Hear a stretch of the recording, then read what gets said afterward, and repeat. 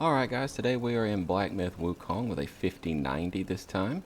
And I just want to remind everyone, if you like my content, please click subscribe. It means a lot. Just trying to build a little bit of an audience here and start playing some games together, testing out some GPUs. Okay, so let's get into it. We've got our display set to 4K. Off the frame rate cap is off and the VSync is off. And over here we've got our super resolution set to 100, so basically DLAA. And frame generation is off, ray tracing is fully maxed out, and everything is set to cinematic. Alright, so let's get into it.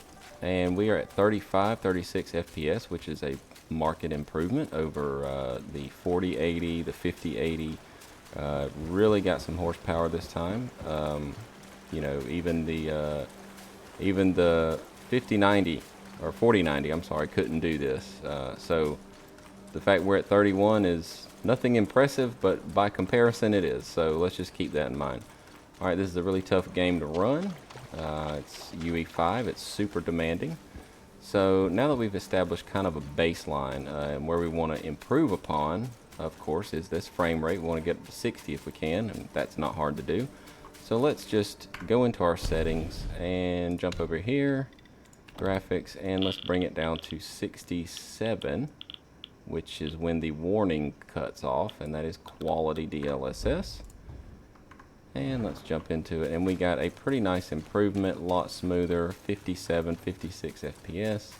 Let's go over to this area. It usually likes to hang and glitch over here a little bit, and you just kind of get like a little bit of a FPS drop over here whenever you look out on this mountain. Just run over here. And let's see if it does it. Pretty smooth. Up goes a little one. You saw that quick time, or that frame time graph kind of jump right there. Not near as bad as every other card I've tested though. Usually right there there's a lot of hitching and stutter, but not right now. So that's good. That's a good sign. Alright, so let's jump over here to settings again, and let's go down to graphics, and let's go down to our performance DLSS.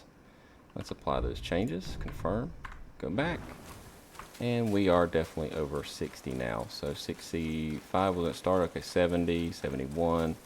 This is pretty nice experience. The game really does well on the performance setting for DLSS. It looks almost indistinguishable from native, in my opinion. DLSS 4 is really nice, and this is running the latest overrides, so everything is the latest and greatest right now. We still don't have the DLSS multi-frame generation enabled on this game through any sort of official you know, driver support, but once that comes out I'll be able to do another video and show you guys how that performs in this title.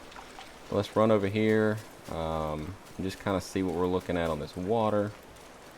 Get some ray tracing action to start. The water really looks good under ray tracing in this game. All right, so gonna run up here, check it out up here. 80 makes sense. We're in a canyon. Kind of got our visibility shrunk down a little bit. So 70s, 77. All right, so let's jump over here. I feel comfortable throwing on some frame generation.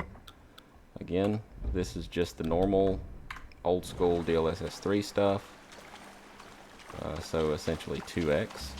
And you can see that our VRAM is really in a good spot. Of course, this game, you know, it doesn't really peak above 16 at 4K no matter what you do.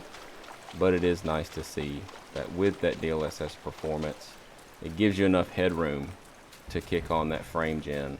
And they really work well together. I would venture to say that the point of frame gen is for it to utilize the VRAM on the GPU only after you freed it up enough with DLSS.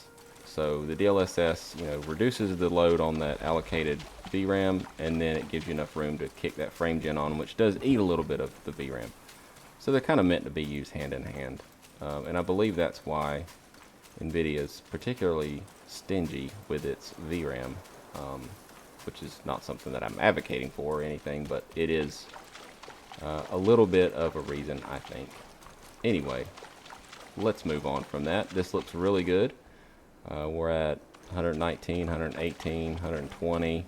Yeah, I mean, we're almost saturating this monitor, which is 144 hertz.